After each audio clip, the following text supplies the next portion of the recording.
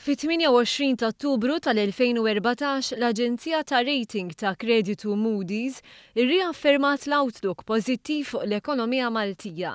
L-Aġenzija Internazzjonali qalet li r-riformi fil-qasam tal-enerġija u l-miżuri biex tiżdied il-parteċipazzjoni tan-nisa fid-dinja tax-xogħol qed ipoġġu lil pajjiżna f'qagħda b'saħħitha. Għal dan ir-rapport ta' Moody's, Tonio Fenek qal li l-Google Group tiegħu taħdan il-gvern saru jdoqqu biss id-diska tiegħu. Kliem li jikkonferma kemm Tonio Fenek jiddarras b'aħbarijiet pożittivi dwar Malta. F'każ ieħor Tonio Fenek attakka wkoll il-Fond Monetarju Internazzjonali. L-eks uffiċjal tal-komunikazzjoni tiegħu, Keith Zara, bad fuq il-Google Group artiklu li jikkwota appell tal-Fond Monetarju Internazzjonali lill-Unjoni Ewropea biex tkun iktar viġilanti fuq il-ġlieda kontra id-djun.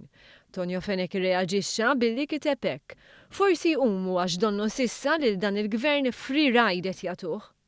Dan jingħaqad ma' storja li diġà ħareġ One News.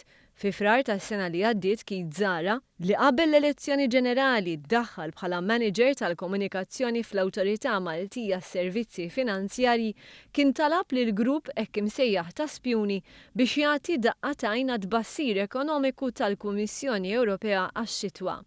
Peress li tbassir kien pożittiv, Tonio Fenek wieġeb li ftit li xejn kien hemmx tikkummenta fuqu. L-opinjonista nazzjonalista Loren Zammit kien wieġeb li issa jmorru għal qatla meta l-affarijiet jibdew immorru ħażin. Ftit ta' xhur wara kien hemm rapport ieħor tal-Kummissjoni Ewropea. Dwar dan Tonio Fenek kiteb "The Commission is clearly singing from the government song sheet". Fi kliem ieħor akkuża lill-Kummissjoni Ewropea li qed iddoqq id-diska tal-Gvern. Aktar kemm jiġu żvelati emails aktar joħroġ kemm l-għan ta' Tonio Fenek fil-grupp ta' spjunaġġ kien mhux biss li attakka lil pajjiż internament u barra minn xtutna, iżda li esprimi d-diżappunt u d-dispjaċir tiegħu kull darba li joħroġ rapport pożittiv dwar l-andament tal-ekonomija Maltija.